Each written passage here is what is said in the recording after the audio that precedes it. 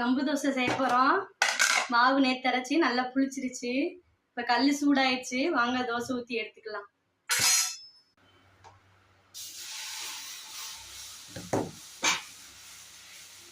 மேலே இப்படி எண்ணெய் ஊற்றிக்கலாம். நல்லா வேகட்டும். தக்காளி சட்னி, வேர்க்கடலை சட்னி, எல்லாம் பொரியடலை சட்னி தான் செஞ்சுருக்கேன். இன்றைக்கி தான் ஃபஸ்ட்டு டைம் வேர்க்கடலை சட்னி. ரொம்ப அருமையாக இருந்துச்சு. தோசையோட கலரை பாருங்கள். எப்பயுமே ஒரே அரிசி தோசையாக சாப்பிடக்குள்ள இப்படி கம்பு தோசை, ராகி தோசை செஞ்சு சாப்பிடுங்க. ஒரு கரண்டி சாம்பார் அப்படியே ஊற்றிக்கலாம். சூடாக இருக்குது. தோசை எப்பயுமே சுட்டோன்னே சாப்பிட்றதுக்கு தான் அருமையாக இருக்கும். அப்படியே தக்காளி சட்னி, கடலை சட்னி முக்கி இப்படி சாப்பிடுங்க.